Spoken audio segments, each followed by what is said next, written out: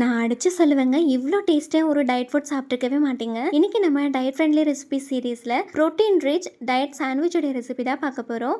Sandwich ஸ்ப்ரெட்டுக்கு நான் இன்னைக்கு high protein hummus தான் ரெடி பண்ணியிருக்கேங்க.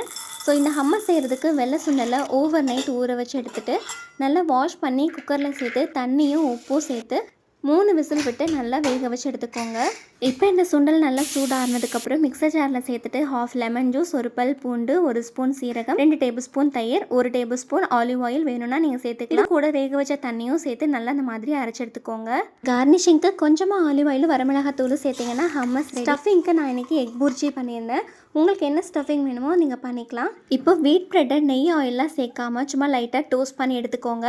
ரெடி பண்ணி வச்சுருக்கிற ஹம்மஸை நல்லா எடுத்து இதில் ஸ்ப்ரெட் பண்ணி வச்சுக்கோங்க. வேணுங்கிற அளவுக்கு எடுத்துக்கோங்க. இந்த ஹம்மஸ் செம்ம டேஸ்ட்டாக இருக்கும். இதுக்குள்ளே நம்ம ரெடி பண்ணி வச்சுக்கிற எக் புர்ஜியை வச்சுட்டு சேர்த்து சாப்பிட்டு பாருங்கள். வேறு லெவல் டேஸ்ட்டாகவும் நல்ல ஃபில்லிங்காகவும் இருக்கும். ட்ரை பண்ணி பாருங்கள்.